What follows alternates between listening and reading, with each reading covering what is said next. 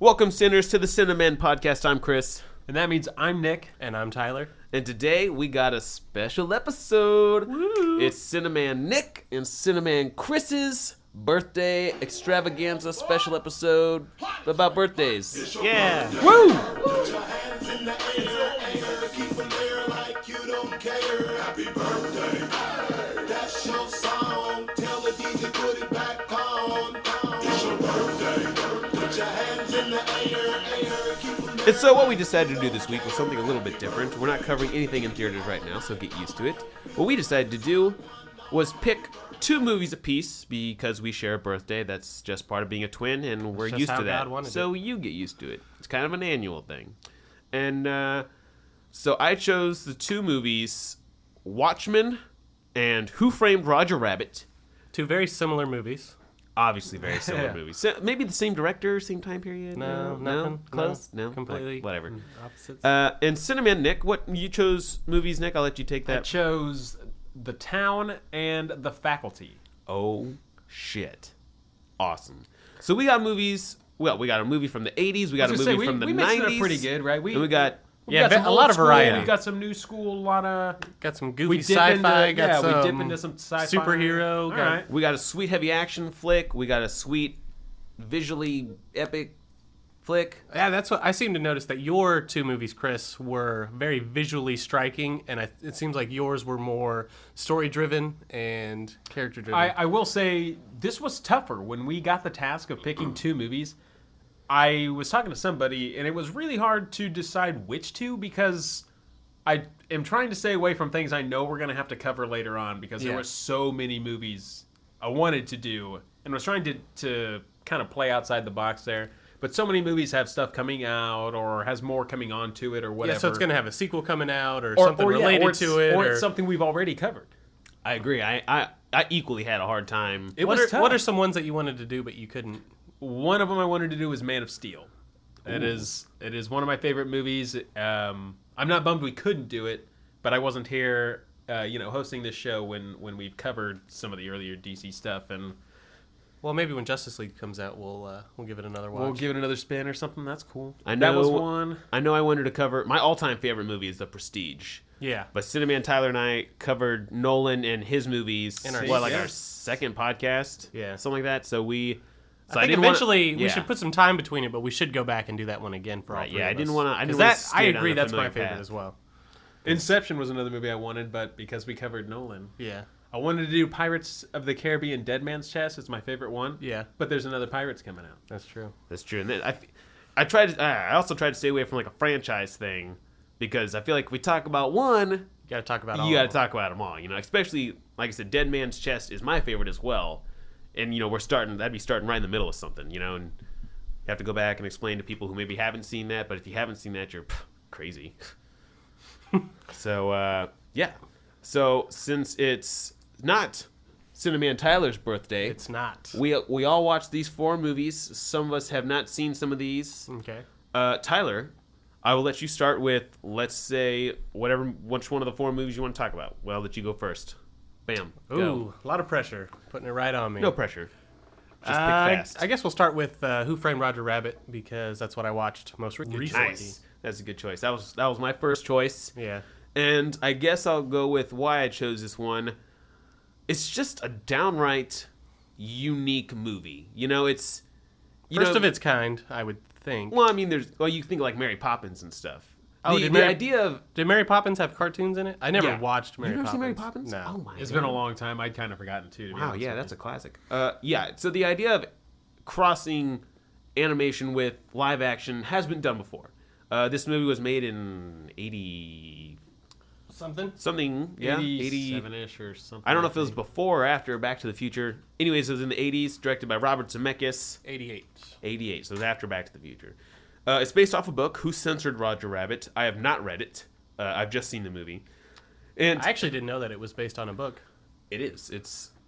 And I think Is it the there's- same story? Same story. I think there's some slight variations. Like, I have not read it. Okay. But chose this one. It's, like I said, it's visually appealing to the eye with the cartoon characters. The interaction with the main character, Bob Hoskins, Detective Valiant, Eddie Valiant, is It's funny. It's comical. Roger Rabbit is a cartoon character. I feel like unlike anything that is out there today. Well, there's been other bunny cartoons, obviously. Yeah, you got but Bugs. I mean, he's no Roger, or he's no Bugs Bunny, shit like that. And Bugs Bunny was in this movie. He was in this movie. So that's one of the weird things about this movie is, could you picture today Disney and Warner Brothers getting together and Even allowing growing up, being young and watching that, I knew something was weird about the two of them on screen together. Like That for wouldn't some happen reason, that today. was weird. No, I agree. I absolutely agree. That was so weird how they were able to. because everyone's so precious with their Yeah, intellectual, it's a big their deal IP now, now. It's funny you say that. I was reading about this movie, and I guess they had a hell of a time trying to give, because Disney and Warner Brothers wanted their characters having Warner Brothers didn't want Disney characters having more screen time than theirs. Disney didn't want their characters having more screen time than theirs. You know what I'm saying? So the reason we don't see Bugs Bunny in them a lot is because they were like having a pissing contest over who's going to be shown more. Because I guess they're in the book more, is what I had read. Who is? The other tunes. Yeah, the real tunes. And so the plot of this movie is Eddie Valiant is more or less on retired, maybe just kind of calling it a hiatus. His brother was also a detective. His partner, Yeah, they were. So he they was killed by a toon, a Yeah. cartoon character. A toon is what they call him. Toontown is like right beyond like the city wall, right? So there's like a whole land of toons in the world of Yeah. and so it is a timepiece. It takes place in 30s, 40s, 50s, somewhere around that. I'm thinking like 40s, maybe 40s, 50s. And so there's this new judge in town. Christopher Lloyd is the bad guy, and he's trying to expand. He wants to get rid of the tunes, yeah, more or less. And I don't know. This was just a funny movie to me. But like I said, Tyler, I'll let you take this one. I'm just rambling on about this. Let me take it. It was your movie, but Well, this is not your birthday. I'll let you. What did you think? So nice to say you. well, I've like seen it? it. I have seen it before, but it was definitely fun going back and getting to check it out through new eyes. Because it's been years since I've seen it. One thing that really stands out to me is how borderline superpowered the cartoons are. Like they are so much stronger than like the humans. You know what I mean? Like they can take so much more of a beating. They can lift heavier objects. They can do all these things. It almost seems silly that like a human would even threaten their existence. Thinking about it, there really is a lot of that going on, like the toon abuse, like the toon. And it also The beat down, Like toon violence, almost. I mean, right if you off could the call bat, I it think- violence, almost, because it's it toon. really highlights the difference between like cartoons now and cartoons then. Like if you think about Bugs Bunny and you think about Roadrunner and like all those old cartoons, people are getting the crap beat out of them all the time. Like Tom and Jerry. Oh yeah, Tom and Jerry like used to just. I swear to God, they like set themselves on fire. Like Cartoons used to be very violent. Roger Rabbit right off the bat goes through like that scene he's filming where it's just a beating, and then ends up with a refrigerator. And they said in that it had been like 20 something takes or whatever. You blew your line 23 times already. Yeah, I can give you stars. Yeah, and that was the only difference was the stars over the birds when the refrigerator crashed. I can give you stars. Look. The voice for Roger Rabbit. Well, first off, the name is perfect for a tune. Roger Rabbit. I mean, it rolls, it rings, it's good. It's one of those, when both names start with like the same, Wonder Woman. Alliteration, right? What's it? What? I think it's called an alliteration, like Wally West. Yeah. Okay. Well, great. You had I was gonna say there's probably a word for it, but I think damn, there are you sinners. If might have I'm nailed wrong, it. please help me out. I'm pretty sure I just kind of looked into this like a week ago, actually. But so his name fits. The voice from a dude who, I'd be surprised if too many of our viewers knew who he was.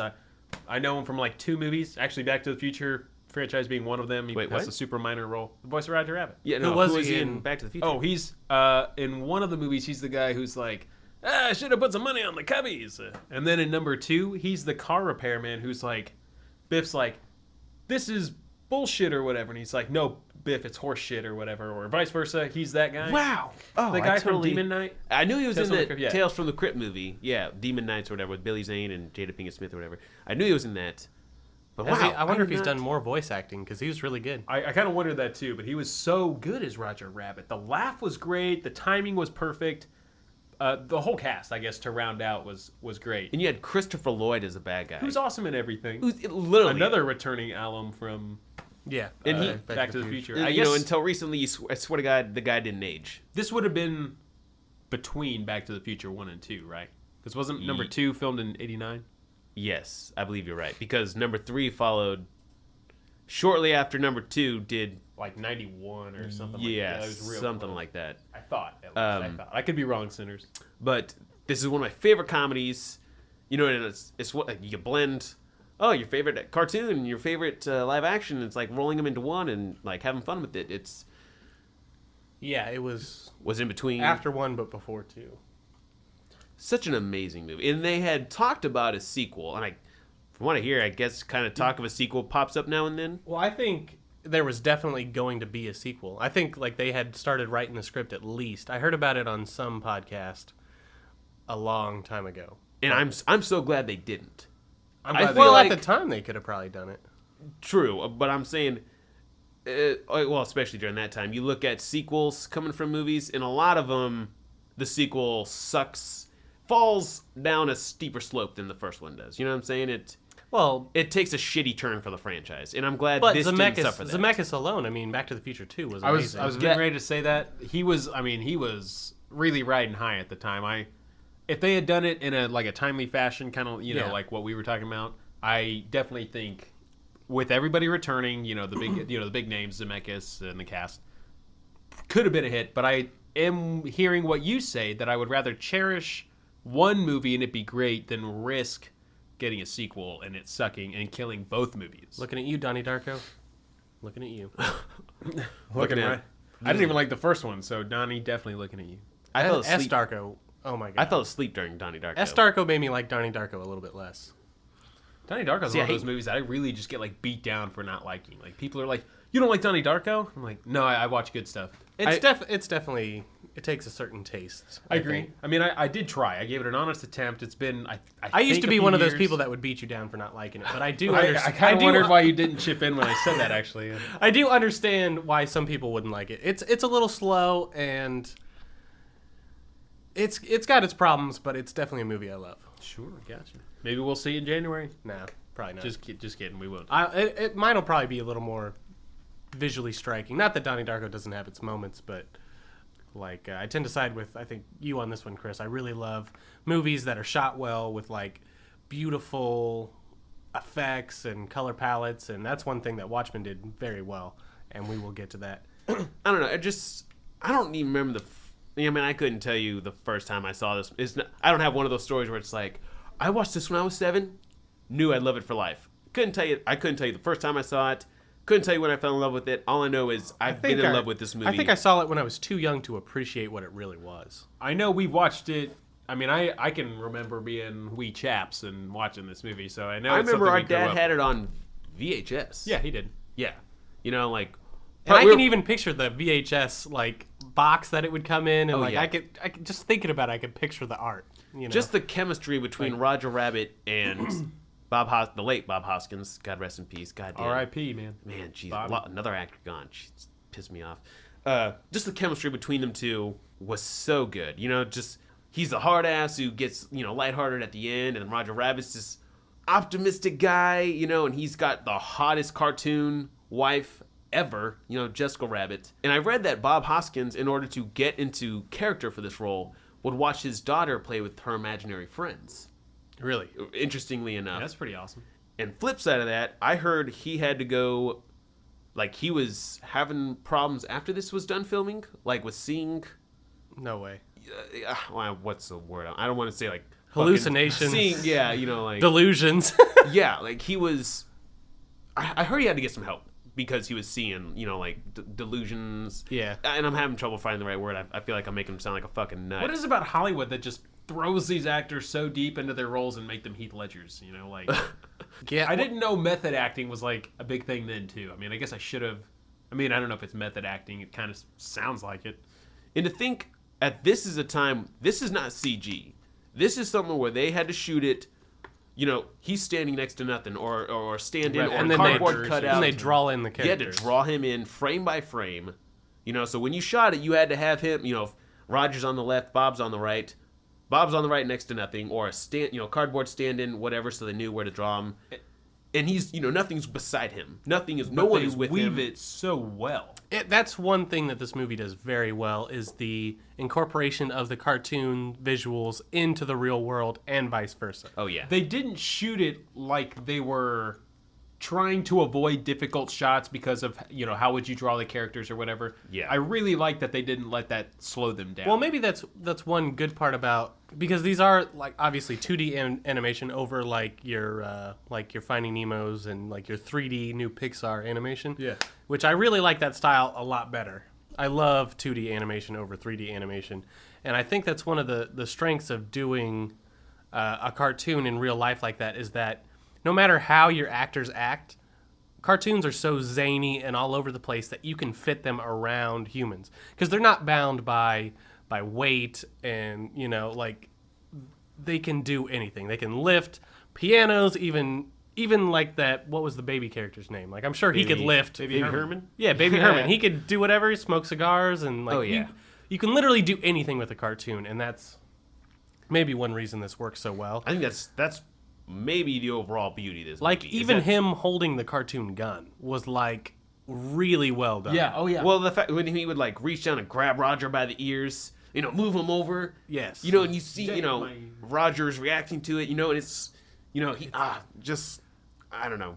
So I wonder where the gold comes in. I wonder if it's the acting or the animators that just sell this movie, or if it's just like a perfect storm of just everything just going right. It was just a good concoction of Overall, talent involved in this movie. the director Robert Zemeckis has done so many good things. There's both this movie and his other movie, Back to the Future Part 1, are both in my top 10 favorite movies of all time. This guy has just done so much stuff. I feel like each film of his gives you something new, gives you something different, makes you want to watch it over and over again. I don't know. That's I wonder. I think like nowadays you probably would have tried to film it with that weird animation from like the Polar Express and Beowulf, which are all his movies. Wasn't there another one? Which I loved. I loved Christmas Beowulf. Carol. Christmas Carol. Yeah, that's not bad. I haven't seen Beowulf, but the other two. Beowulf. That was are the one all with right. Angelina Jolie, right? Yeah, and Yeah, I think I might have actually talked about it on the podcast before, but the first time I saw that, I was just flipping through channels, and me and my buddy, it just ended up on Beowulf, and we didn't change it, and I loved it. I do need to watch it. See, I do need to read. watch it. We actually read the I don't know, novel book. Yeah, I don't know whatever, what yeah. they epic. If that's Required what you wanna, reading, yeah, in school, and that was one of the few things that I was actually able to pay attention, retain what I just read. I think we read Macbeth, didn't understand a fucking thing that was going on, didn't care for it, but Beowulf, I was like, okay, this is pretty cool. This, all right, I'm interested there. Whoever the author is. Immediately, this was the first choice I had when choosing my movies. Yeah, I I definitely didn't expect this one coming from you. Like Watchmen was definitely obvious because you talked about maybe doing Watchmen before. I talk about Zack Snyder and his movies all the fucking time. So yeah, I mean other notable things by Zemeckis. Flight I thought was really good. Good movie. Beowulf obviously we just talked about. Polar Express, Castaway, a classic. ooh, yeah. A lot of Tom Hanks here. Oh, What here's Lies one you don't Beneath? know. Haven't seen it, but I've always wanted to watch it. Oh, here's one. There's just one horror movie my parents always owned and I never watched. Forrest Gump. Boom. Forrest Gump. Need you say anything else? Forrest Gump, some episodes of Tales from the Crypt, Some obviously the Back to the Futures, Roger Rabbit. Somebody talked about Romancing the Used- Stone with me, and I Yeah, don't remember who it Romancing the was. Stone. I've never seen it. Used Cars, never seen it, but I heard it's good. is that a Kurt Russell movie? The Used Cars. I'm not sure. It's Looks like it. yeah. Yeah, that's right. So what I like about him is he's got a lot of range. Like think about Back to the Future, Castaway, Flight. Like none of these, Who Framed Roger Rabbit. None of these are the same thing, and I think that's really great when a director can go and get outside of his comfort zone and still make amazing movies. And this is amazing to me, at least. I mean, One of the greats. I believe Zemeckis wasn't he kind of like tutored or trained, like mentored under Steven Spielberg? I know Spielberg produced the Back to the Future movies. Yeah. I know he's a producer of that. Pretty sure he's the producer of most, if not all, of his I think properties. both of them are kind of considered, well, that's what I'm looking for. Pioneer. I don't know about pioneers. Not the first. Because I thought that was one of the it. reasons that he got into Tom Hanks was because him and Spielberg worked on every other project together. Like passing along actors. Well, like I'm sure candy, that's like, what's his name? Spielberg used Bob Hoskins in Hook around the same time as maybe a few years after. Hook was this. like, I think, 94? Early 92, 93. Maybe it's like like Judd Apatow. How, Apatow produces all of his friends' movies, and at least I think that's how it works. Just everything about this movie seemed to work. Honestly, and maybe just because, like I said, this is one of my favorite movies, I can't think of a deeply negative thing to say about this movie. I don't know. Do you guys? I really can't have any either. problems with I was this? kind of thinking about this. Any problems I have with this movie, I'm kind of drawing blanks. I laugh every time I see it. I feel like I catch something slightly new. Something maybe I hadn't seen before, something I hadn't noticed with these ones. The settings, the costumes were all good. All the actors were awesome. It's a cool, unique story, of a guy wanting to eliminate tunes in order to build a freeway, to the next whatever major city. The emotional goings on in the movie were even great. Like he obviously has history with tunes, right? He was the guy that you go to. Everybody knows when a tune has problems to go to him. And then, his brother gets killed by a tune, so he obviously doesn't want to be there, and he's growing frustrated with, the zany nature of all the tunes. Got a little bit of an alcoholic problem. Goes to order a drink on the rocks. It comes with rocks in it. Classic. By Betty Boop. Yeah. Another classic tune in this, Yeah. It's... The Donald Daffy piano dueling pianos was awesome. Yeah. Oh, that was so good. The music they were playing was cool. The scene was funny. The original characters for this movie... It's weird when you can say that the original characters outshine, and obviously because the lack of screen time on the licensed properties part, but it's weird that the original characters turned out to be so funny. Baby Herman, Roger Rabbit, Rabbit, I almost said Jessica Turner. Jessica Rabbit, all those guys. The Weasels, oh my god. The Weasels, man, yeah. And the fact that they were hilarious. Christopher Lloyd, they're laughing, and Christopher Lloyd's like, "Shut up, you idiots, or you'll die just like your idiot hyena cousins." Like laughing hyenas is like a, kind of like a quote or whatever. And then, of course, the Weasels, one way or another, end up dying from laughing. Bob Hoskins, gets to do his thing. And it's, just this movie is... It was good. And then, especially when you stand it up next to movies that are in the same field, like Space Jam. Looney Tunes back in action, oh God. I don't know if you guys ever seen this one. It's called Cool World. Brad Pitt. It's another I've heard of crossover it. between animation and live action. I don't know if I think it was around the same time. I think this came first, Roger Rabbit. I hear it's not as good. I've not seen it. But it's another one of those in the animation live action field. But like I said, I hear it's not as good. Yeah, I would say Space Jam not as good either. And Space Jam was great as kids. I think if we went back and watched it, it wouldn't be as good as we remember. Maybe you disagree. I'm a big Looney Tune fan. I'm one of those guys, I used to sit down on Saturday mornings, even at 17, 18, 19 years old, and be like, no, Looney Tunes is on.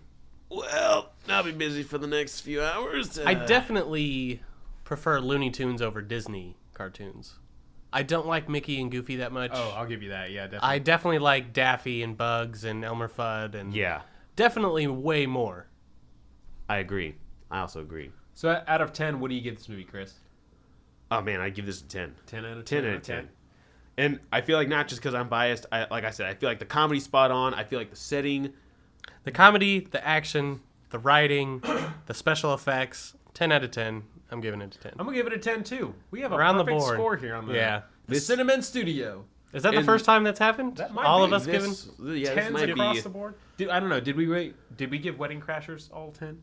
I don't remember. Anybody? I don't know. Sinners, help us out. We don't know. Go back and listen to some past podcasts. Tell us what we did. I don't know. Tell us what we think about Wedding Crashers. Tell us what we thought. Because you know what we think. Sinners, comment down below in the box and tell us what you think of this movie. If you haven't seen it, seriously give it a watch. Go see it. It is funny. It is unique. It'll warm your heart. Awesome story. Everything about this movie is awesome. So, but we can jump to one of Nick's choices. Nick, I'll let you take which one. Well, I think we will talk about the more, I don't know, serious, I guess. The Town. All right. So The Town, directed by Ben Affleck, starring Ben Affleck, and co-written by Ben Affleck.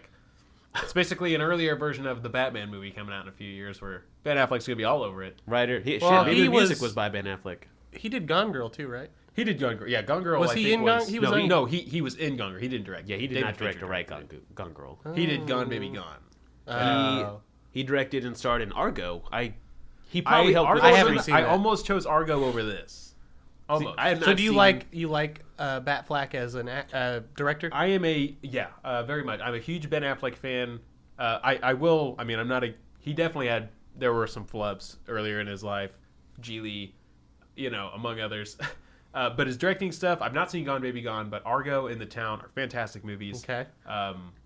He's got that Live by Night coming out. Did he Live direct? by Night's He's coming out. directing that one. Yeah, that comes out I think in like January, February, right in time for kind of award season. And he won that Academy Award for writing Good Will Hunting with Matt Damon. With Matt Damon. Which So, I actually just recently watched. Did you like it? It was good. It's It's- a little too it's- Bastin for me. I'll give you that too. Ben Affleck is a hardcore, Bastin. He's got to go pack his cat. I think the Boston Get a part hat was tag. like right off the bat. It gives you the message that Charlestown produces more bank robbers and armored car thieves or whatever. Is that true? Do you know? I don't. I don't. I meant to dig into it a little bit, and I just kind of blanked. So What? it really kind of hooked me with that. And then they start with the bank robbery, right? Yes, and this was Cinamen, Tyler, and I just watched this for the first time together. Yes, yeah. Both of actually. us have fresh So- eyes on this, brand new. Let me. Okay, well, I love it. So I guess I should ask what you guys think. Before I dive, I want to think. Why did you choose this one? Just because, like you said, I think you basically covered it. But would you say this is one of your favorite movies, or you just thought this was awesome and deserved to be Both. brought out? Awesome. Both. Like I said, it was this or Argo, and I chose to kind of go back into some of Ben's earlier stuff. But I don't know. It was just something that it looked interesting when it came out, and then I saw it, and it just stuck with me, and I really loved it. I was really impressed. I don't know, just heist films in general. I think are I do enjoy like a heist. good heist, Yeah, right? yeah. I was gonna say I enjoy a good heist, and I was talking to Tyler about this. I have trouble watching like gangster flicks, like mob, crime boss, Sure, yeah. gangster flicks. Yeah, what were we talking about? We were talking about Goodfellas. He's Is that never the watched Goodfellas. We were talking all about the way. helicopter scene or whatever with Ray Liotta. Oh and- my god, I Is love that Goodfellas. I thought that was yes. Casino. No, it is not Casino. Same It's- director. They're both. Like same director. They're both same, really like, half good. the I would cast. say Goodfellas is way better than Casino though. Okay. Yeah. Casino's like another one that you picked this week, Watchmen, where I get halfway through and I'm like, oh, we gotta be at the end, right? And then you still got an hour and a half left. So Casino's like 3 hours long too. See, I haven't even seen those. I haven't even seen Goodfellas or Casino. See, that's so the only sad. scene from Goodfellas I I've might seen, pick Goodfellas in January because it's a classic. The only thing I've seen from Goodfellas is that helicopter scene, and I was like, what is going on? But You it know, makes like, sense if you've seen the rest of the movie. Yeah. He's all I think coked up. He's high and he's paranoid and he's trying to Right. pull off this thing, and the helicopters are watching him and people think he's paranoid, and it's just a really good scene. It's actually, I think it's my dad's favorite scene out of that movie, and he's the one who introduced me to Goodfellas.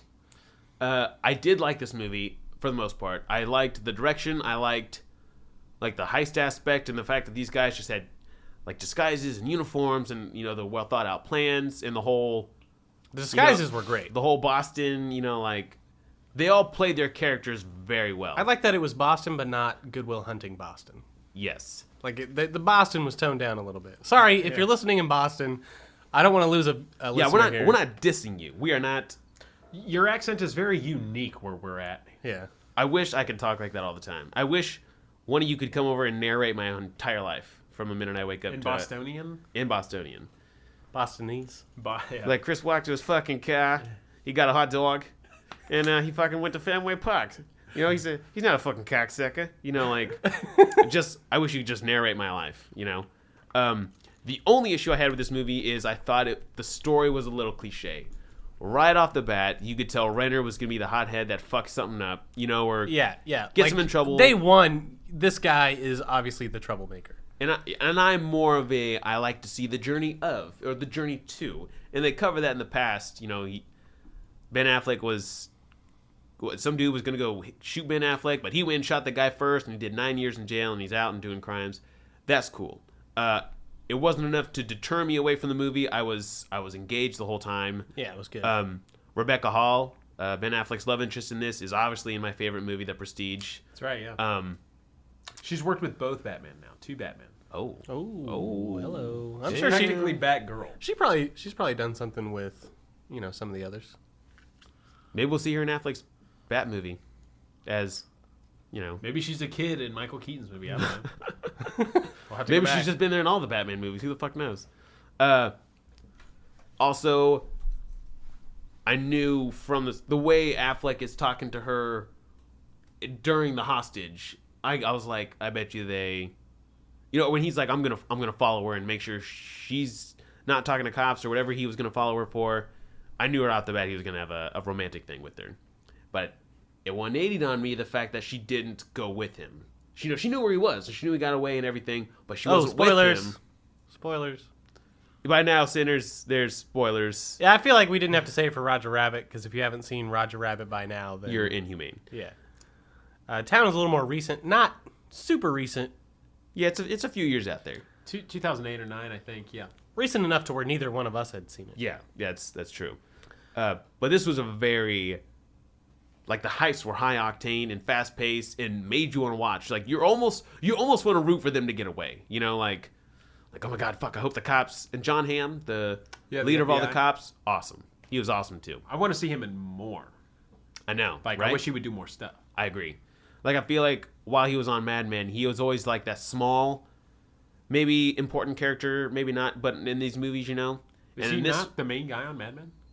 I've never watched Pretty it. sure. yeah, I'm saying he is the main guy in Mad Men, but that allowed him to only take small roles in movies. Oh, yeah, okay. So And I mean, a small role in Sucker Punch, small role in, that's right, yeah. all those other movies he has small roles in that I can't think of.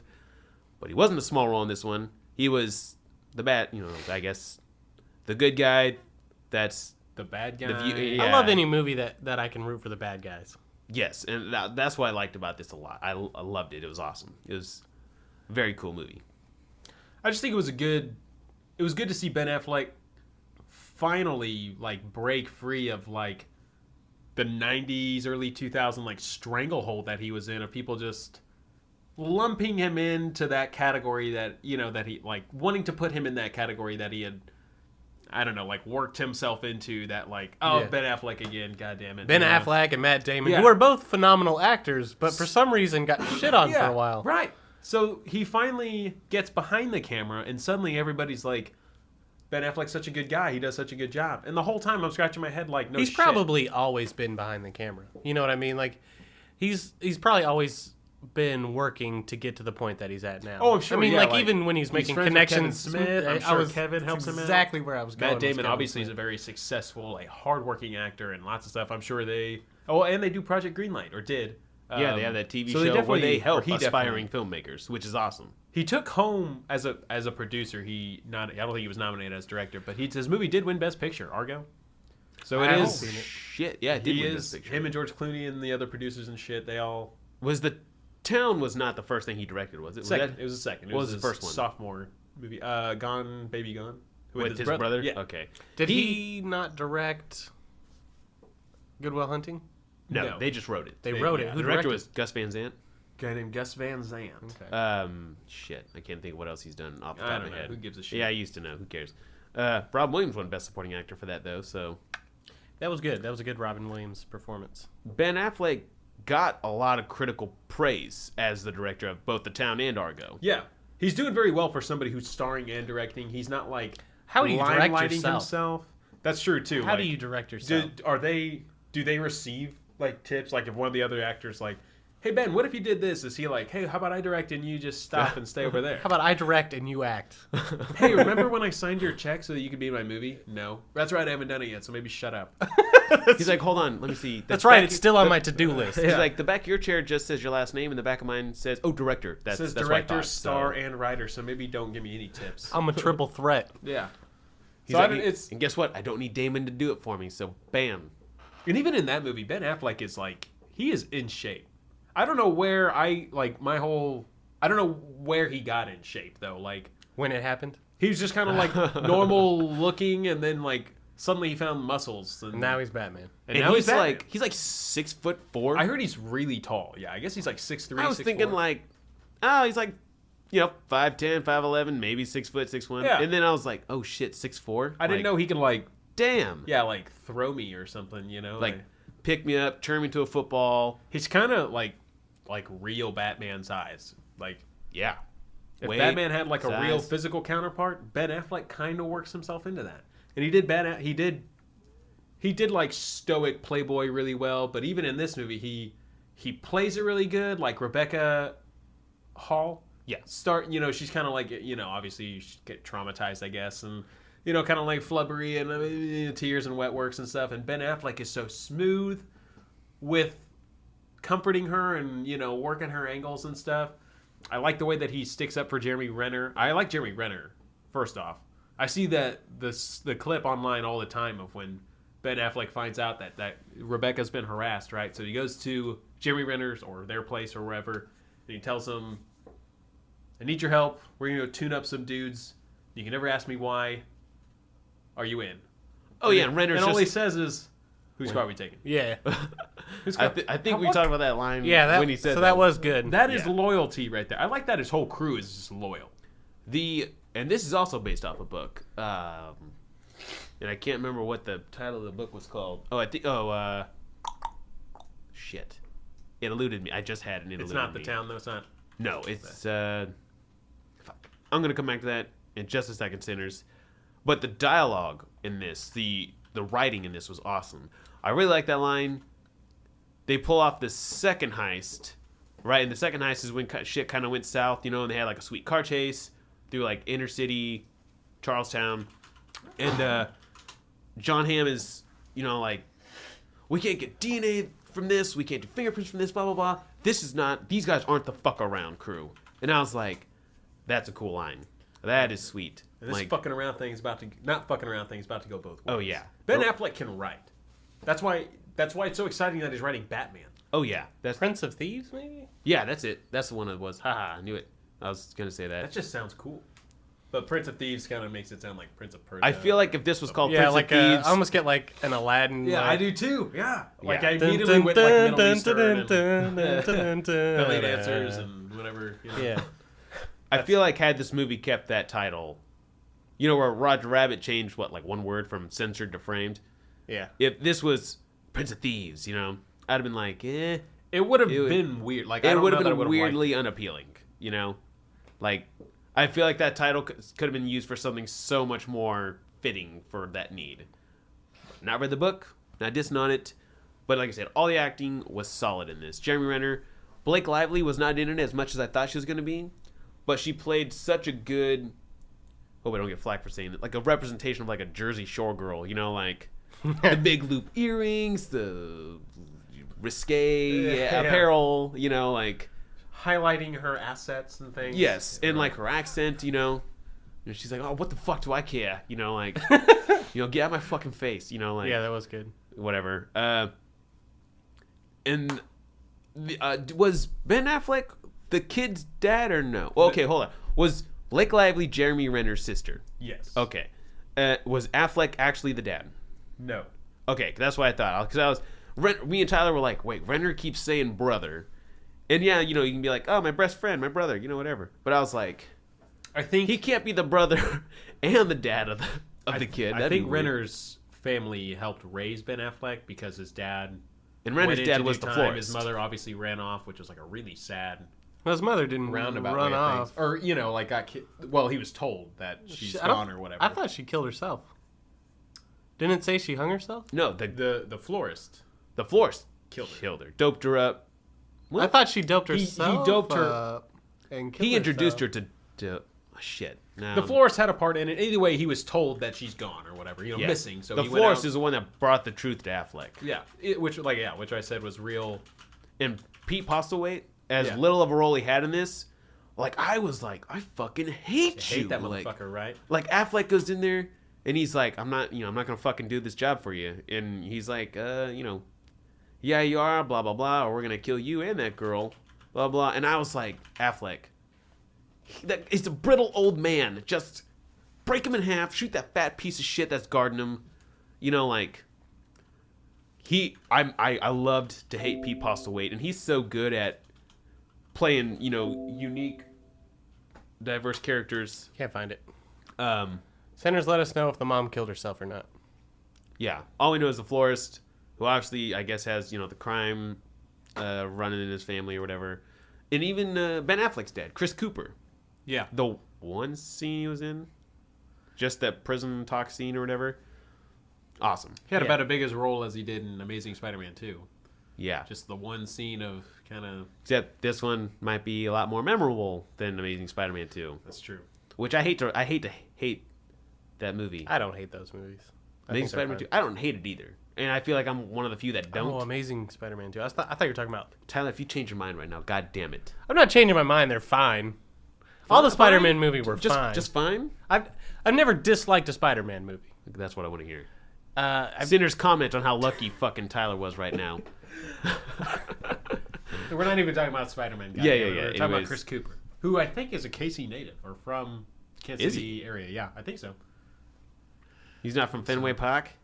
He's not from Fenway Park, no. That's He didn't like his car. Yeah. He didn't have a hot dog. That's retarded. He's not a fucking toonie. Yeah, the slang in this was pretty cool too. I like that it embraced all that Charlestown, bravado.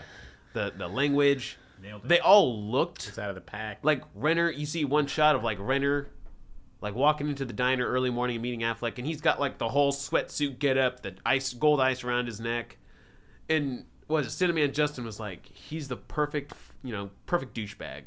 And I was like, but he pulls it off so well, they captured that, Well, I'm sure that's what he meant. It's... that mobby, that mobby kind of look, but it's not mob, it's like a bank heist kind of guy, Yeah, he doesn't have to care 100%. He just has to care enough, and then the rest he just kind of rolls with it, Yeah. Really good movie. I'm glad I got to watch this. I've been looking for an excuse to watch this. It was really good flick. Really well put together. Let's go around the table. Ratings. Chris. Come back to me. Nick. I'm probably gonna say. I'm probably gonna say 8.5. I think it slows down a little bit a few times. So kind of makes the pacing just off a little bit. And Blake Lively, her accent I think was the one that I had the most problem with. It almost kind of sounded like she was laying too much into it. But I'm obviously not from Boston, so I don't know. That's just me though. That's just me. So I'm gonna say an 8.5. I'll go 8. Definitely a little cliche, a little predictable at times, but doesn't distract from the story. I think it was really good. So I'll go 8. I'm gonna side with Nick on this one. 8.5. All the actors did awesome. I actually didn't have a problem. The only problem I had with Blake Lively was that I felt like she wasn't in there enough. With the whole drama of her being Affleck's ex, but not the baby daddy. That whole thing. I felt like I could have used a little bit more of it. Like I said, got a little cliche with some of the characters, but didn't take me away from the story. The shootout at the end, awesome. I think I was talking to Tyler when we were watching this. I was like, oh my god, I would be shitting my pants. Right, I'd be terrified. 4 dudes facing an army. Yeah, oh my god, outside and inside, literally. Yeah, very well put together, very well shot. Affleck did an awesome job on all 3 of his roles in this movie. Director, writer, producer, director, Made me director, really writer, want, actor. Made me really want one of those hockey masks that they Dude, had. yeah. They had sweet mess. I was like, Almost dude, this is some Army of 2 shit Yeah, here. really. Yeah. But overall, good flick. We'll jump into my second choice, and still one of my favorite movies of all time, Watchmen. OMG, to the 10th power. Right off the bat, I remember when we went and saw it at midnight. Well, the trailer came out with The Dark Knight, which we were also there at midnight. So we saw the trailer right off the bat, and I remember being interested and confused because I was like, how is this a DC comic that I am not aware of? And I'm sure there's lots. So I was, and Zack Snyder. So I was really like, what is going on? And then we went and saw it at midnight, 8 months later or whatever. Was I with you? I know I saw it at midnight. Watchmen? I don't know if I was with you guys. Sure, man. Jesus, man, it's been 8 years. Either way, I remember leaving the theater and I was disappointed. Like, I was like, what happened? Were you really? I didn't like it at first. I was really like trying. Now, I haven't read the graphic novel. Still haven't. I own it, and I haven't read it. Yeah, we own it. Oh, and then okay. Chris Well, let okay. somebody else borrow it, and I never got to read it. Yeah, whoever that was, Dick. Yeah, if you're listening, Sinner, we want that. Whichever, Sinner, if you're listening and you borrowed my graphic novel and didn't let You wanna Nick borrow read it? it before we saw it, I'll have to sometime. shame on you. Shame on you. And then, anyways, I went and saw it again in theaters with somebody else, and I ended up being able to appreciate more of it, and now I love the film. But it's definitely one of those, at first, I was just like scratching my head, like, what is going on? I didn't really get it. And now I love it. First time I saw it, I really, really liked it. Like, I left the theater just like buzzing, just like telling people about it. As soon as it came out, I bought it. Like, I was surprised after I saw it the first time, and I heard that it wasn't getting great reception because it's definitely beautiful. Oh, yeah. Oh, my God, It's got yeah. great action, great costumes. The cast was good. Soundtrack was really The great. cast was good for not being big name actors. You know, well, either way, I think the cast all of was them good. was virtually unknown. Yeah, Rorschach was I thought of that amazing. Oh my God, Rorschach. The Rorschach was comedian was fantastic. Night Owl was spot on. I mean, spot on is just good. I don't know if it was relatable to the graphic novel, but just all around a good movie. The more I watch it, the more it's harder to get through. Like, it's just so long. That's my one complaint with Watchmen is 3 hours is just a little too much. I'm going to side with you on that. I watched the ultimate cut because there's Like, I the feel like I theatrical could- cut, there's director's cut, and then there's I watched ultimate cut. director's cut. I feel like I could have cut out 30 minutes out of that movie at least.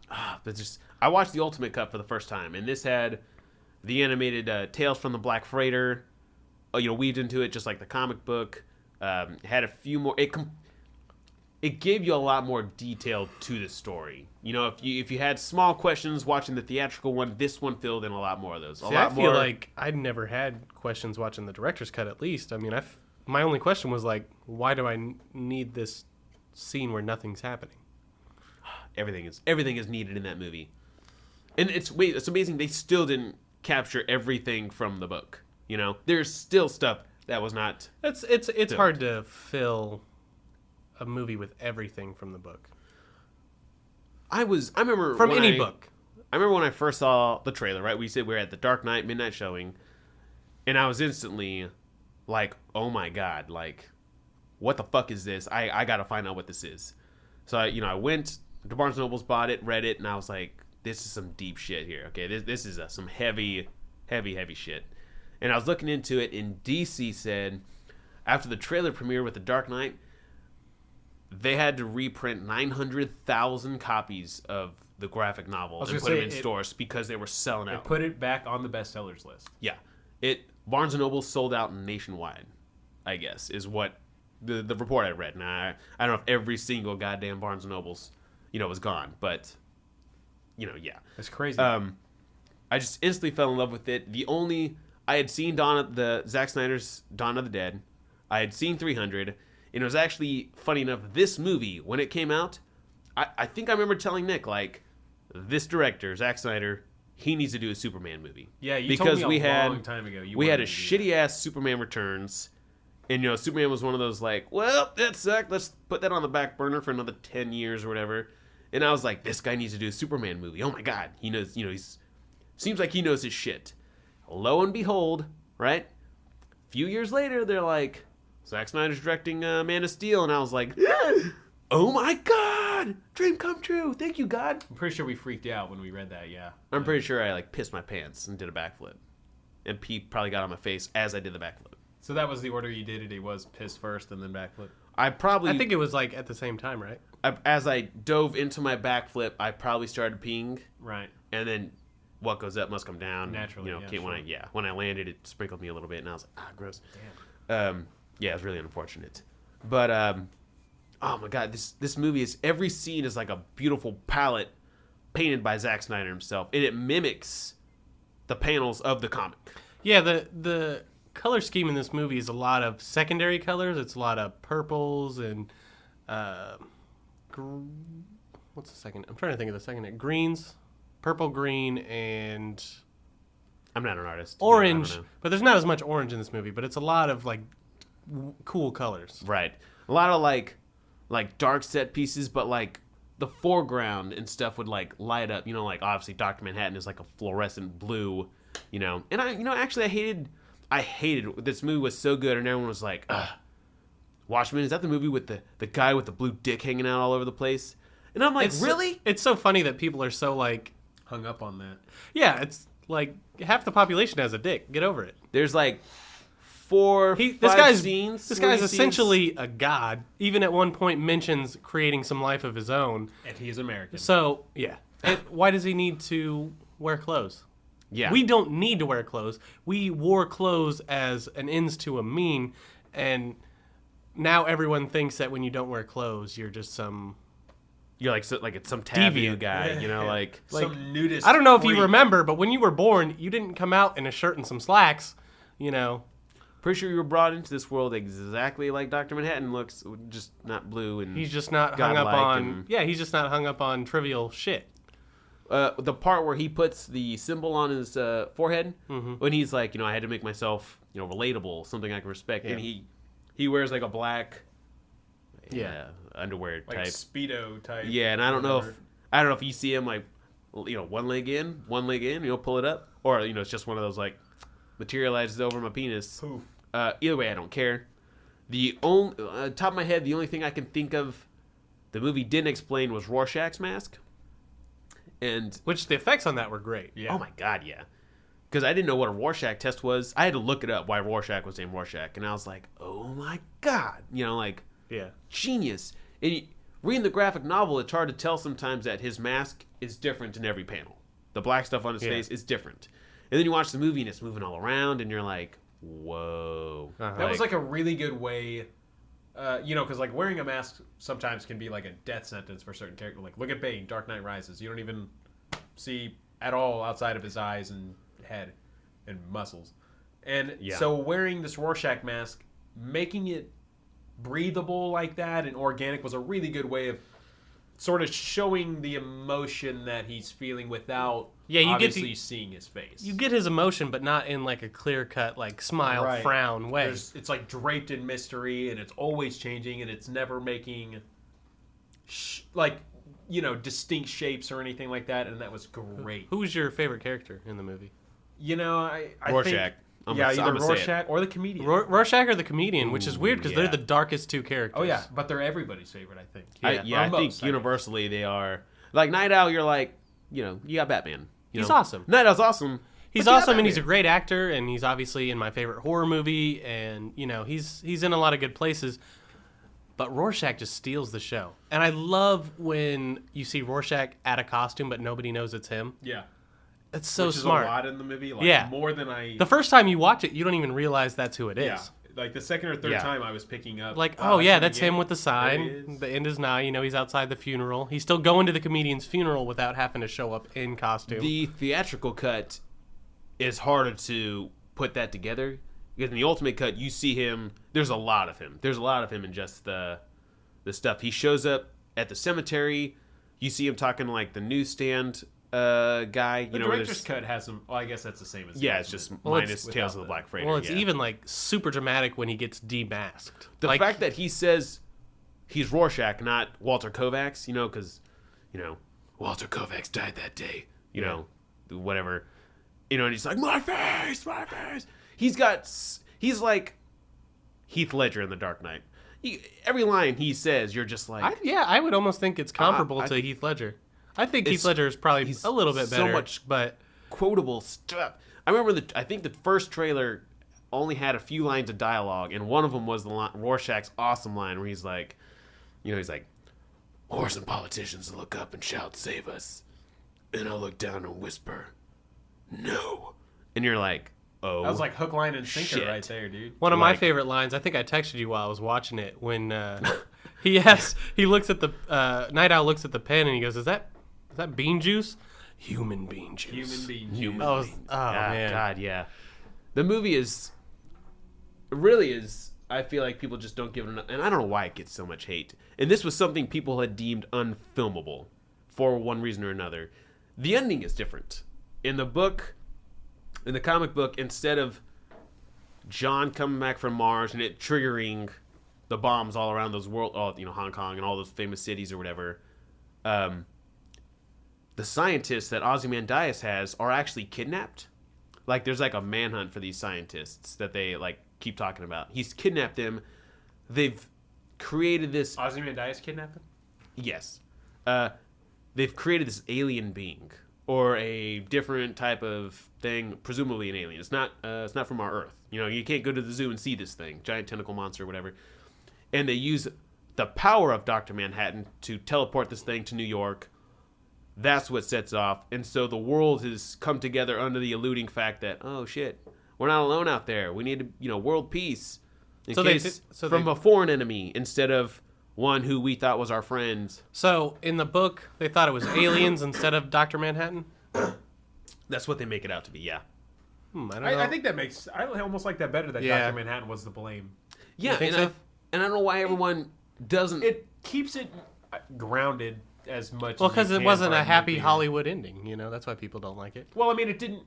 It's The obviously people like, that made it through the 3 hours to the ending. It's obviously like a far-out movie to begin with. Like, you have a nuclear physicist who's a god, and all this kind of stuff going on. But to then be like, oh, an alien, and even though it was man-made or whatever, man-produced, I still think it makes just more sense that Dr. Manhattan, who doesn't give a shit about us anyways, blame him, who cares? And if he's cool with it, cool.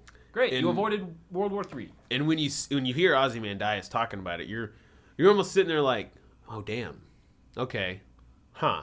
That is making a lot of sense. Hang on real quick. I had to dip out of the ending, the last bit. So Dr. Manhattan comes back to Earth and the nukes go off? Or some nukes go off?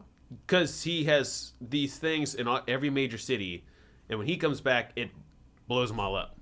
Like the energy, and I don't know if they go into super specific deal. If they do, blow I up in definitely... every major city? A lot of major cities, because that's what he has... Remember, he's like panning... Well, I guess Wasn't he it the didn't see East? any- Was it the East Coast? Well, he said I had to do something in a lot of major cities. Yeah. New York, Hong Kong, Moscow, all this stuff. We didn't even get considered. In the movie, I feel like, because it showed a bunch of screens, when it's showing them, like, rebuilding or whatever, it shows screens from, like, all over the world. Okay, I'm sorry. But I thought you I meant feel he like- showed up in New York and all the nukes in the U.S. went off. I didn't... No, like... I was like, well, we wouldn't have anything left. These weird bomb things or something. And I feel like I'm doing a So terrible he sets job off explaining just this. enough to unify the world against Killed, his threat. yeah, because Night Owl's like, you're going to kill millions. And he's like, to save billions, And you're like... And a million compared to a billion is a big difference. Exactly. He's like... And he... Yeah. I think people underestimate how much a billion is compared to a million. He did less damage with this because he said if Russia fired all their nukes at us and John Osterman, Dr. Manhattan, was able to stop 99% of them, the 2% or the 1% that got through would destroy end the humans. Yeah, end the human race. So while this killed millions of people, right, it's still saved because they're like, And that's what Rorschach was not okay with. He was... Yeah. He was like, no, just, because justice prevails no matter what. I carry it. Even he was willing to, Even he at the died for it. detriment of the human race. Yeah. I Justice still needs to prevail. I love that characters weren't watered down to make us feel better. I agree. The comedian, you want to feel good for him, even though he is a total monster, He's the definition of a psychopathic monster. right? And then you got Rorschach, who is obviously crazy, but at the same time, he stands for something and he's not going to back down. Dr. Manhattan, the same way. He doesn't necessarily care about the humans, and he does care about certain humans and certain things, but doesn't he even mention that the human race will die and the universe won't even notice? Yeah. That's true. Like when we He's talk like- about global warming and stuff, even if all the humans die out, the universe isn't even gonna flinch. Yeah, he's like the universe. This has probably happened on many other planets before, you know. And then Night Owl's great. Silk Spectre, they're all awesome, but like the fact that you don't have to like water them down and like spoon feed people is really good in my opinion. I also like that I'm a fan of movies like National Treasure and stuff that incorporate real history into fictional universes. Like, oh my God, of all things, the assassination of JFK playing a part. Yeah. You know, Ronald Reagan winning a third term, all this stuff. In that montage at the beginning, you know, you're seeing, you know, the times they are changing. That's so good. Oh man, just everything about this movie was so good. All the characters, the heroes were awesome. I don't think they were called the Watchmen in the book. I thought they were called Minutemen. The old ones were. Okay. I thought the new guys were called like the Crime Busters. Maybe they were called Watchmen. Shit, I don't know. I love the tagline, the "Who watches the Watchmen." I thought that was really good. That's a sweet tagline. Sweet thing to say. Yeah. Who watches the Who Watchmen? watches the Watchmen? And it's like, it's really relevant, at least right now, you know, with all the police shootings and everything. It's like, who watches the people that are supposed to protect us, you know? And this was one of the first of its kind to be an R-rated Superhero. in a massive blockbuster R-rated superhero movie. You know, this ain't like Blade, you know, where you don't have copious amounts of CGI, you know. Blade's a relatively practical effect movie. This changed it, man. This changed the face of an R-rated superhero movie. I was hooked from that first scene with the comedian where dude comes in and throws him out the window. Oh, it was so good. And like it had the, you know, the contrast of like the music playing, the like soft and like what was the song that was playing? That's why, darling, Yeah. it's incredible. Yeah. The soundtrack to this was fucking awesome. And the action scenes were just like had so much weight to them. They're so like Snyder-ish, when you you see know? him, it's so stylized, and you see the comedian getting his head bashed in and like thrown all over the Or when apartment. he like picks him up and kind of like holds him and then just throws him out the window. Yeah. And it's so Zack Snyder to just sort of like follow him. So whatever you like, I've been one known to talk about Zack Snyder in a negative way. You know, Sucker Punch. We won't get into it, but I almost dipped into almost- it and chose it. you almost put me through I Sucker was- Punch. Chris put me through Watchmen, which I love, but it's just such a commitment. I figured with him doing that, we'd just be doing a Zack Snyder episode at that point. But Someday if down there's the one line. thing the man does right, it's visuals. And, you know, say whatever you want about Batman vs. Superman. It's a beautiful movie. And that weighs so heavily in my mind because I really love... Because movies are a visual medium. It's visual storytelling. And if you nail the visuals, I mean, obviously there's got to be some story there. But, like, it's something he does very well. This has got awesome action, awesome visuals. The story is really good. And I want to... Not that I am dissing Zack Snyder when I say this, so don't take this the wrong way, because I feel like Zack Snyder is my hetero soulmate. Zack Snyder didn't have a part in this story. This is a story already made. Someone else. Alan Moore, you know, the guy who wrote The Killing And Joke. Zack Snyder's best movie. Just saying. He was pretty to the script. Yes. Second best. He was pretty to the script. Second best of what? What do you think is... Man of Steel. Man of Steel? Okay. You say Man of Steel is better than this? Better than Watchmen? I think Man of Steel is better. I disagree. I think I But prefer it though too. I just don't like Superman, so I'm biased in that respect. And I love anti-heroes. And I'm very Superman, so I am very Superman. I am very Zack Snyder. I'm very Batman over Superman, and this is like definitely darker, as you know, a Batman movie would be. like if you'd had Night Owl and Dr. Manhattan as the two main characters of this movie, you'd be like Batman versus. That's one Superman? thing that's great is that it almost doesn't feel like there are main characters. Yeah, you Like definitely clear, see. like Night Owl. I would say Night Owl. What was the younger Silk? Was she still Silk Spectre 2. She was still Silk They Spectre. they just call her Miss Jupiter. Okay, yeah. So they were Lori Jupiter. maybe the main characters, but Something like that, yeah. I think it was weighted in a way where like it was definitely an ensemble. Like it was definitely everyone. Even the comedian dies right off the bat, still a main character throughout the whole movie. I thought I read he had one of the hardest times casting the comedian.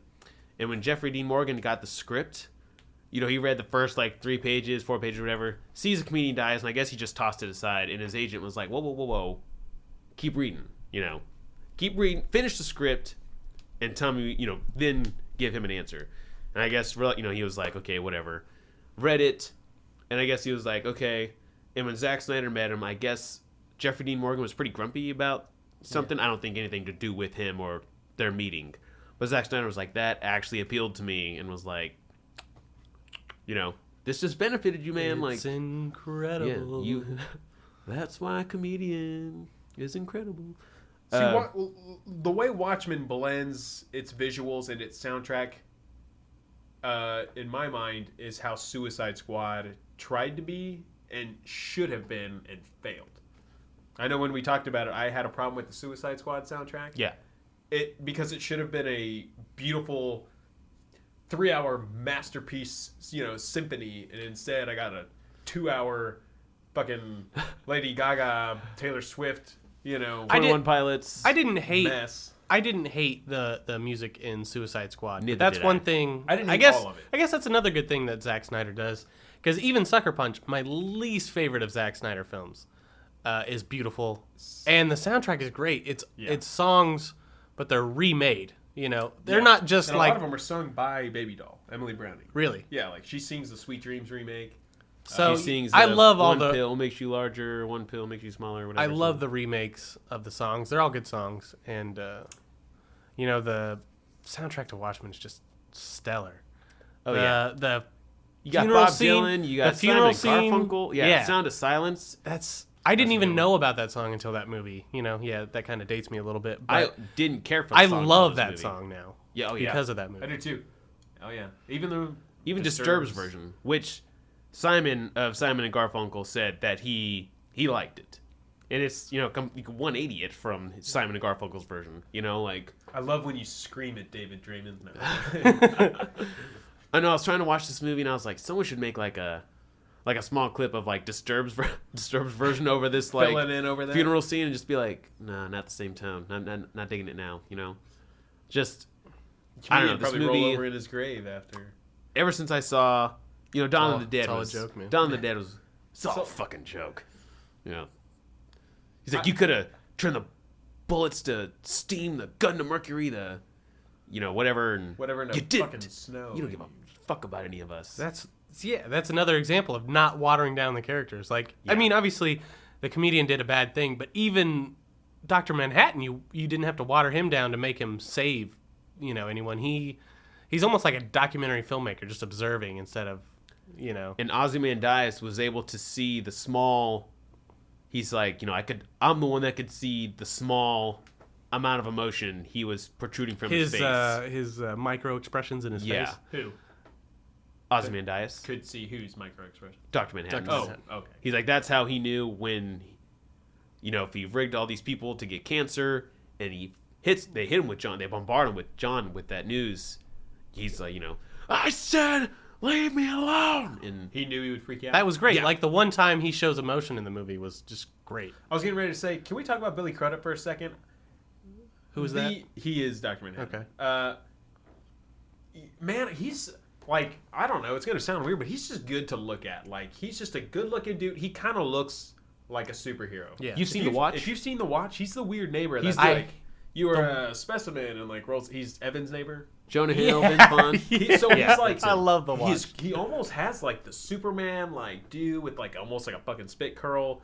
He's got a super jawline and a Gaston chin. The dude looks. He's not super buff. He's a handsome obviously. dude. Yeah, he's a good-looking cat. Yeah. And it's weird that we have to see him play the mocap Dr. Manhattan, where you have to be a monotone.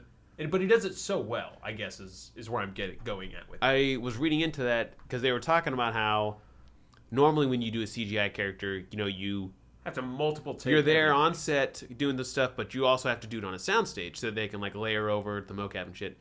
With this one, they were able to do the mocap, there on set, and they actually had them, and I think they said covered in 2,500 luminescent blue lights, so that they would see the light reflecting off everyone, and the computer wouldn't have to work as hard to, you wouldn't have to spend that much money, all this stuff. Cheaper to buy the lights than to spend hours editing the footage. And I remember after the movie came out, Billy Crudup was on late night show or something back then, one of those late night talk shows, getting asked about it, and they're like, so how much of Dr. Manhattan was you? And he goes, well, just a few inches, but I won't tell you which ones, like, and just like, good. That's awesome. That's fucking cool.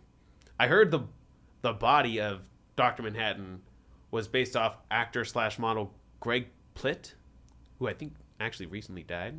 Oh, really? Yeah, I looked him up, and I guess he's been in some stuff. I didn't recognize the guy. I think he's more of like a stunt dude. I kind of wondered when I watched it in theaters if his physical form, was based off of like an actual bodybuilder. If they were just like, okay, get in there and jack him up a little bit, like give him CGI steroids, put him in a muscular mocap suit, and you talked about a not very well known cast like Ozymandias, who looks good in a superhero outfit. Their outfits looked awesome. By the way, costuming, same costume designer as Man of Steel and Batman vs Superman. Michael Wilkinson. There it is. Man. What up? There it is. Her, Colleen Atwood.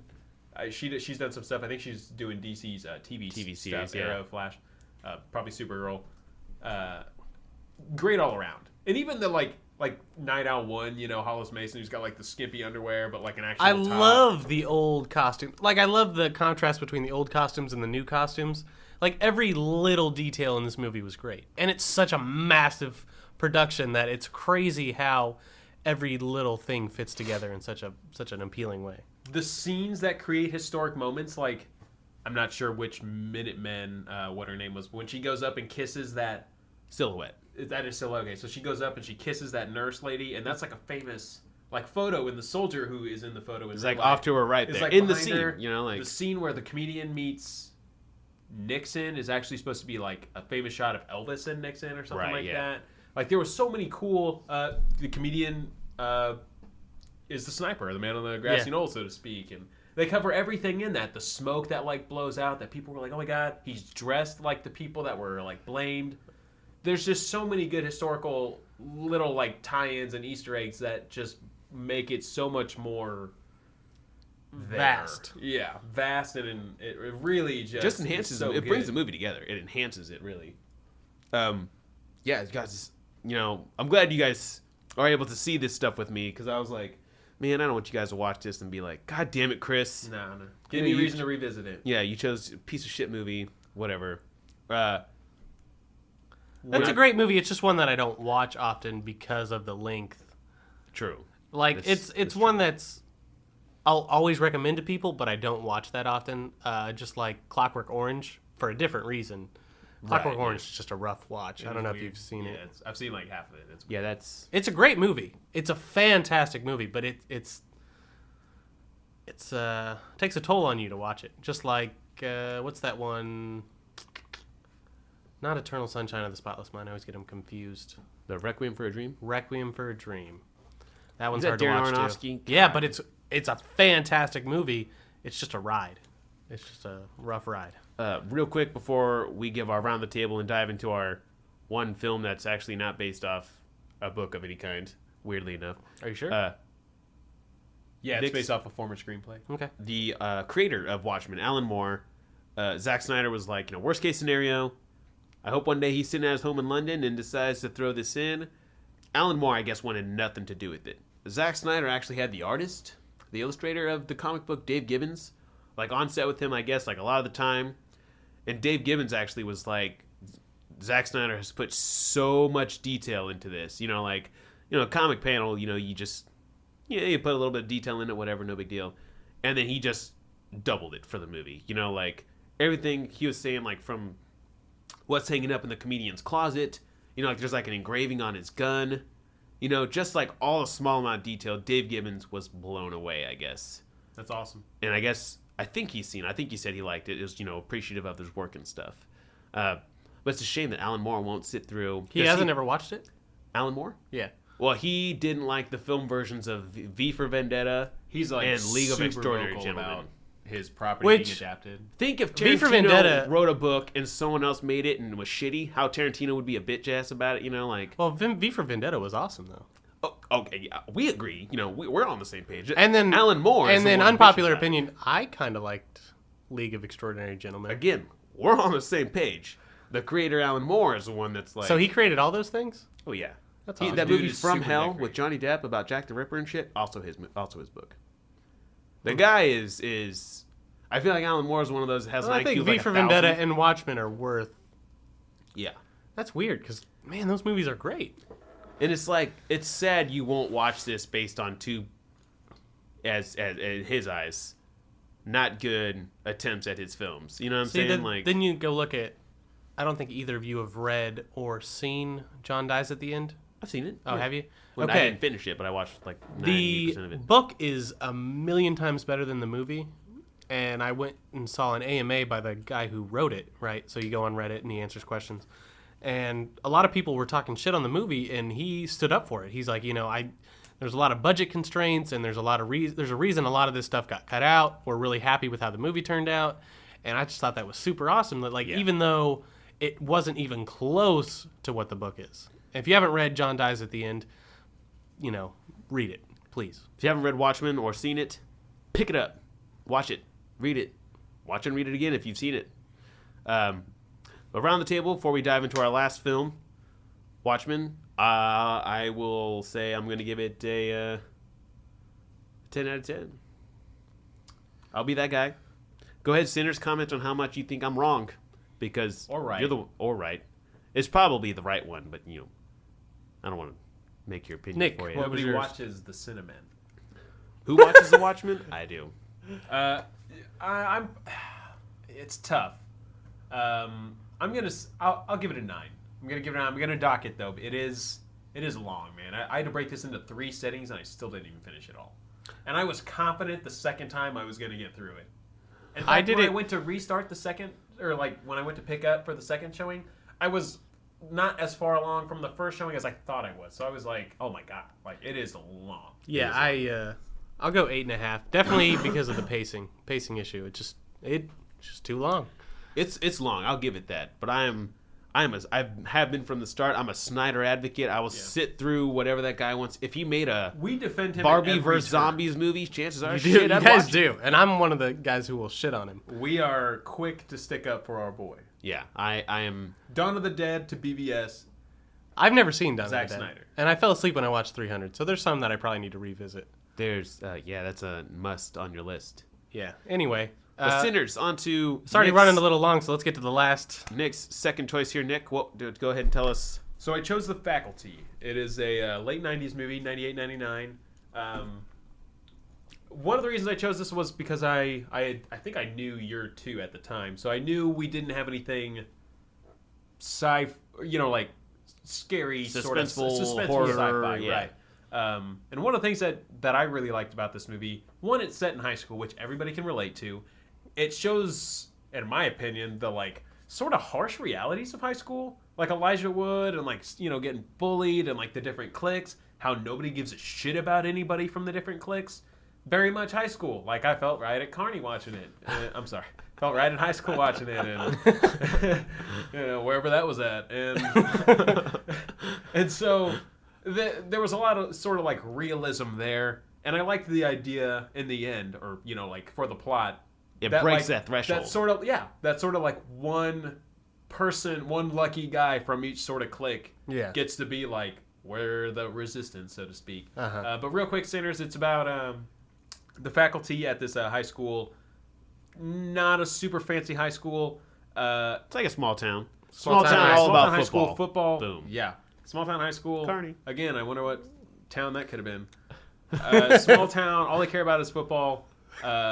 Like their budget doesn't even allow them for field trips. They talked about reusing Cutting the musical. play. Yeah, cutting the musical, reusing stage props for like other props for different plays and stuff. But I bet the football team gets new jerseys. You bet the football team You gets bet new they do, jerseys. right? Yeah. So it's big football town. That's all they care about.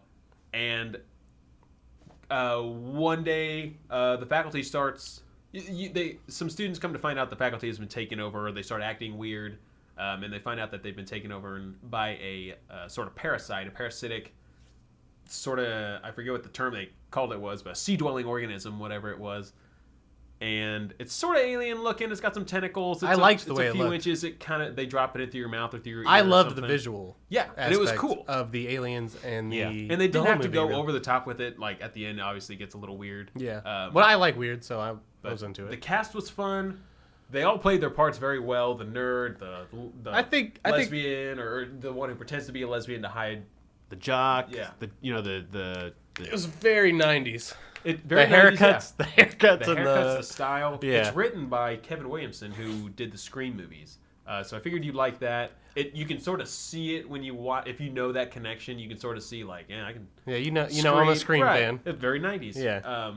And it's one of the few Robert Rodriguez movies that I enjoy. I was It's one of surprised the to see that only- it was directed by Robert Rodriguez Right? and that you picked it. Because I don't like, think other you, than I that didn't and think you Sin guys City, even liked Robert Rodriguez. I like I love Dawn to of the bash Dead. him is what I do. I like love Dawn to- of the Dust Till Dead. Dawn. Oh yeah, what did I say? See, Dawn of the I Dead. can't stand that. I think Sin Dust Till City Dawn's was really good. Sin City won. Sin City was Sin City 1. Yeah, outside of Sin City, The Faculty, I definitely hated Planet Terror. Dusk Till Dawn, it was watchable. I'll say that. I don't know. I like Dust Till Dawn. I think it's fun, but I think it was a great movie. One observation that I had was, and I'm a huge fan of the movie I'm about to mention, so take that with a grain of salt. But I think it was a less good Slither.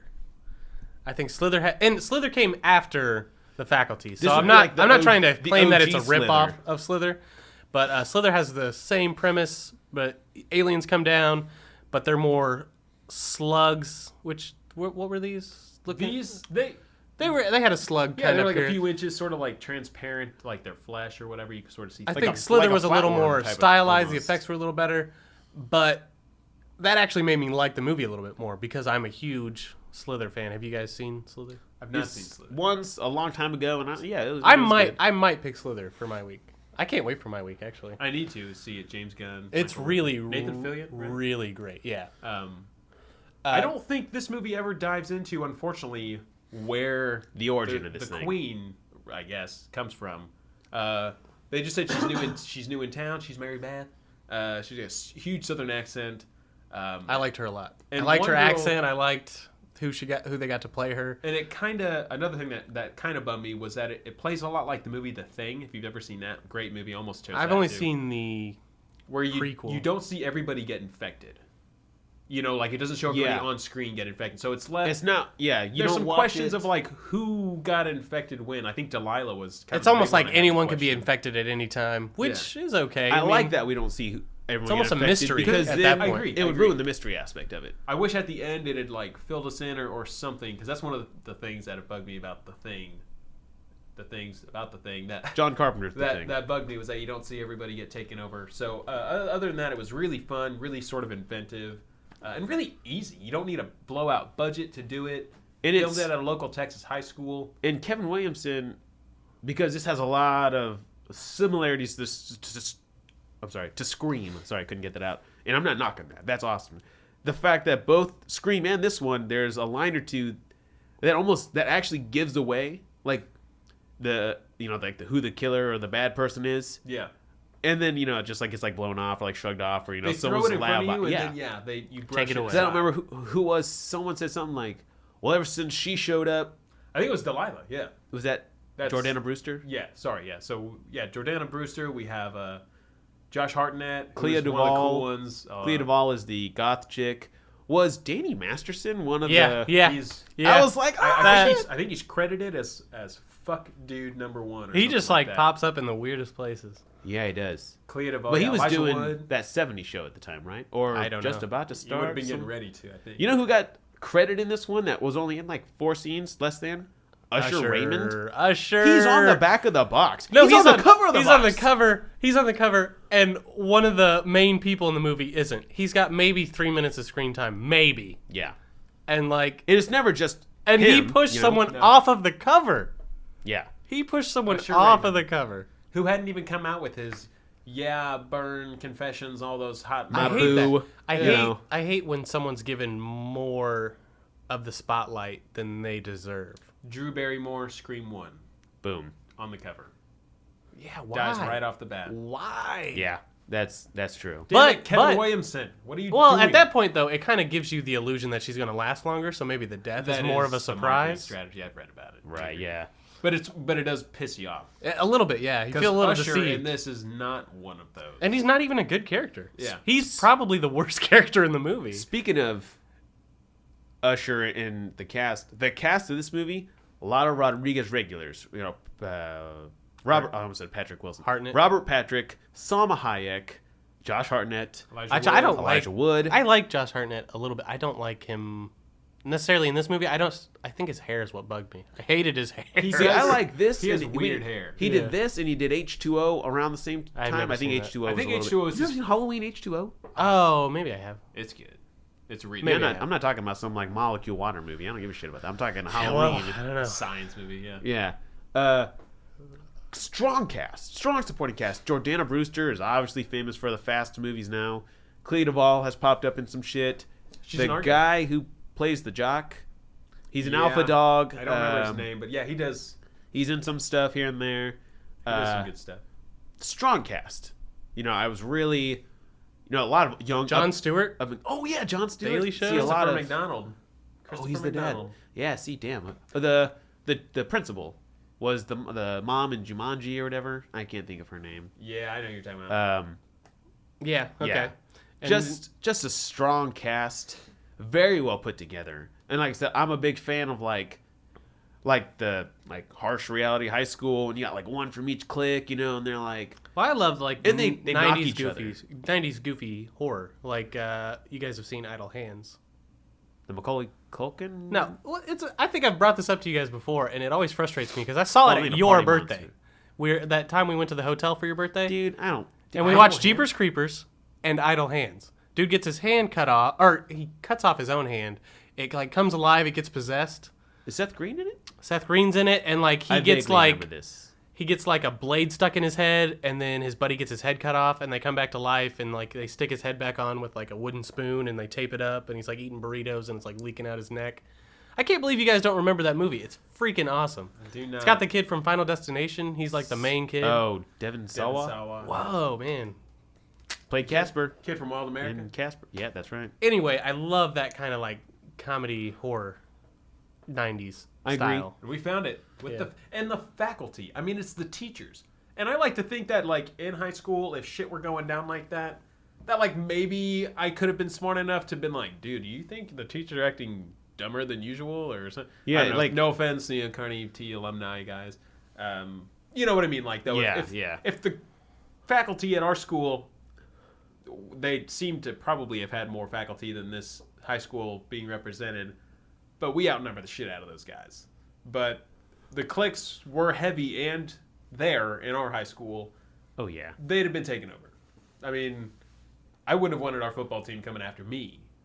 I'd have I'd have locked myself in I'd school have ran just as like hard they and did. fast as I could until one of them killed me. But A lot of, and I think there was some CG at the end, obviously through like the bleachers and shit, whatever. But a lot of good practical. When he's in the locker room and it's like all the shadows and stuff of That's the cool. monster and stuff, I was like, man. And I'm like I said, I'm not a Rodriguez fan, so the fact that I'm giving him credit on anything, bonus points. You've earned that in my book, Rodriguez. You worked your ass off for that. I got a credit for you for it. The movie was. I was really surprised he chose this one. I was really happy he chose this one because I was like, oh man, that's fucking classic. Because I thought about Scream. Yeah, That I'd had never crossed seen my it. mind, and I was again with like the franchise, and I feel like maybe we'll cover that franchise down the road somewhere. I would love to cover Scream just because even if they don't do a Scream 5. yeah, The franchise itself is amazing. yes. Even their later in life sequel, the Scream 4 was I think one of the better ones better actually. than 3. Yeah, definitely better than 3. I put it above 2, but 2's great as well, and then 1 obviously at see, the I top. almost chose Land of the Dead, but I figured with October coming up that we inevitably dip into Romero and zombies and Right. stuff. Yeah. We'd eventually come up in conversation. somewhere. So I didn't want to do that one. But yeah, the faculty was my first choice. I remember seeing it like once or twice growing up, and then like never seeing it again. And I think I found it at like a vintage stock like several years ago, And it was one of those, like, even if I were negative in my bank account, I would have stolen it. Like, I would have figured out a way to obtain this movie right there. I'd have pickpocket one of the guys in the store with me just to buy the movie. If I had left the movie and been like, I'll get it next time, it wouldn't have been there. You know that. Yeah. I know that. That's happened to us. So, yeah, this was one of my first choices. Just good. Just pulls me in. Like I said, the ensemble really... And it's not just all males or it's not just all females. It's co-ed, right? The scene where they all kind of band together against Jon Stewart... One of my favorite scenes in the whole movie. Like, dude, Hartnett Zeke plants his foot on the table, rips off the paper cutter blade, and just hacks off his finger. The whole scene, hacks off his fingers. Yeah, and through school you had to like look at that paper cutter and think that could do some damage. After seeing that, that's all I've wanted to do to one of those. Like every time I see it, I'm like, I could do it. I remember I walked up to one. I think teacher probably had her back turned. And I pick up. I don't pick it up. I lift up the handle and pull on a little bit. Like, god damn. It's got like that feeling of like a sword being unsheathed. It's got the sound of a sword being unsheathed. Yeah. You know. Yeah, I like tug on that a little bit. Like, cut somebody. Like I almost just wanted to be swinging. like, all right, give me like something hard to, we're just gonna fucking just dice this thing right now. Being a baseball player, I wanted like vicariously Josh Hartnett to just start. What if you like cut vegetables with that thing? Probably just buy one and like send your carrots through there. Was it like Casey Jones in the first TMNT is like using one of Donatello's swords or something, and he's like cutting carrots on the table. Did I say Donatello? That was weird. Leo's swords, nerd. Hey, both you shut up. Bashing our favorite turtle. Hey, you know what? Both you shut up. Look, we're about to have a Cinna beatdown in the studio here. Sinners, comment on who you think's gonna win this fight: Cinamen Chris or Cinaman's Tyler and Nick. Because I'm pretty sure it's probably going to be them. I'm surprised you haven't mentioned some of the cliches that this movie does fall into, like Stokely and the jock getting together, and Zeke. It almost seems like it's a time period where that's okay. Yeah, I agree, and that's where I feel like there's some movies where cliches are like expected and I was going to say I didn't feel like talking cliches about are cliches for a reason. I was all for it on this one. I liked that. Like Hartnett gets the teacher. That like at the beginning she's like, well, you should try harder in class, and you just got so much potential. And he's like, bitch, swerve. I'm gonna sell my drugs here. He's straight up. That is drug. He's such a like scuzzbag drug dealer. Like he just cuts up the the caffeine pills and like a couple other things. What does he need all the? That's one thing I was confused about. What do you need all that lab equipment for? It's just caffeine pills and something else. I kind of wondered if is he making something else? Like, I'm sorry, you have like all these like vials and beakers and shit, and then it's powder. And then I wondered, is it okay to snort caffeine? I kind of wondered how everybody became pro coke addicts. Like everyone inhaled the whole pen without even like an air hole at the bottom. You would have had to like, except for the new chick. Oh well, yeah, who slicked off the bottom. Yeah, that was the little squiddy finger was like. I like when he's like, he's tweaking, man. Just let him tweak. Yeah, that was a good line. Like, freaking out. Like, you're tweaking. Just let him tweak. It was just had a lot of fun. It was a fun movie. That's a good word for it. The idea of the teachers being the bad guys, because for 11 grades, they were the bad guys in my life. And every teacher's the bad guy in my book. And not that all teachers are bad, but I mean, they didn't have a problem singling me out and making an example of me. So it was, if the faculty starts going wrong, and we had to rebel, it would have been up to us. There's a few teachers I'd have ripped off that paper cutter thing and been like, "Come here, man." I would have had to beat a few teachers to it because I think they would have used it on us. I agree. Yeah, that's true. But I just like how the way they're arranging the whole thing. They're calling students into the office and then, let's say bugging them for lack of a better term. Yeah. And it's multiple teachers. They're strategic about it, and then the one finds out, the old lady, and she like walks in there and she's all like naked and dying, and instead of freaking out, the one guy's just like, yeah, dude, it's okay, and then like pulls her freaking like half her scalp off or whatever. Bit off, and just freaks out. Oh yeah. I was like, oh man, it's crazy. And I love the mood amongst the teachers, how like none of the teachers wanted to be there. Yeah. Oh, I know. Yeah. Like, it's the a very one guy's, somber spiking school. his coffee, and he's just like, oh, we're on this chapter, and he's like, actually, it's this one. And he's like, God damn it, whatever. I guess we're on this one. That's totally how I could see teachers who are just like tenured and don't have to do anything. Like I'm here to like want to leave, and damn it, I hate my life. You shithead students. And I'd compare the football coach to our football coach. I'm afraid that our football coach might be listening, and he might come find me and kill me. But he was very much cooler. He was very much a small town high school football coach. Like, hey, fucking nerd. When are you gonna? Hey, not in those quotes, obviously. I remember in high school they were always asking like, those who clearly have never seen a weight room or know what one is, Who barely know what a fucking football asking is. them about like sports and activities and stuff, and I'm like, dude, that dude hasn't done anything but pick up a pencil or a book, and Like- you're asking him about how much he squats. Come You're on. talking to the goth kid about football right now. I Let's- imagine if the football coach had came up to you, Yeah. Cinamen Tyler, and been like, "What's your bench?" You'd have probably responded with something equally as like Yeah. "fuck offish." Yeah. You know? Like, what's your favorite shade of black? Like, fuck you, man. Yeah. Like, Whoa. come on. Not, yeah, I'm not No, I dissing didn't. you. What's your favorite shade of black? You know, but like, there's, God, He yeah, does. God, I'm There was really- a lot Jet of, black, like, onyx, being from pitch. a fairly, Come on. being from a charcoal, being, Charcoal. Midnight black. being from a fairly small town, it was easy to see and relate to a lot of that. And I think that's just one of the reasons I chose it. It was good. It made me able to relate this movie, which is why I like this movie a lot. I'm so glad you chose this movie. This was a good watch. This was fun to dive back into and relive. Just classic. Give it a watch, Sinners. A little bit of nostalgia, fun cast, just a fun premise. It's, you know, you can Let it take you back like it took us back. if you're afraid, you know, if you're not a scary movie fan or whatever, this is one for you. It ain't the one where you got to sit there and hide under the blankets and miss half the movie because you can't. Yeah. You know, you Which can't is watch another it. thing that it has in common with Scream, for sure. Like, Scream Yeah, definitely... it's like scary horror, but you can Well, watch see, it all. As an adult, I hate when people talk about a scary movie and their reason for not liking it was it's not scary. I'm an adult. I haven't seen a scary, quotes, movie in years. I've seen good movies and bad movies, but I'm an adult, you know? I know think- monsters aren't real. That doesn't factor into my appreciation of this movie or not, you know? I agree. Yeah. I know crazy space slugs aren't going to come and infect all my teachers, but I can still enjoy the movie. Well, at least we're out of high school now, so it's not our problem. Right. As long as they stop it before it gets to the general population. Yep. There you go. If this does happen, if we have any high schoolers listening and the faculty does become infected, it is up to you guys just to let you know. No pressure. Do with that what you will, but the Cinamen, you know, We're out of it. sorry. So, Chris, roundtable, wrap this up. Ooh. Do you have a ranking for us? Man, I'm gonna give this like a, probably like an 8.5. And good,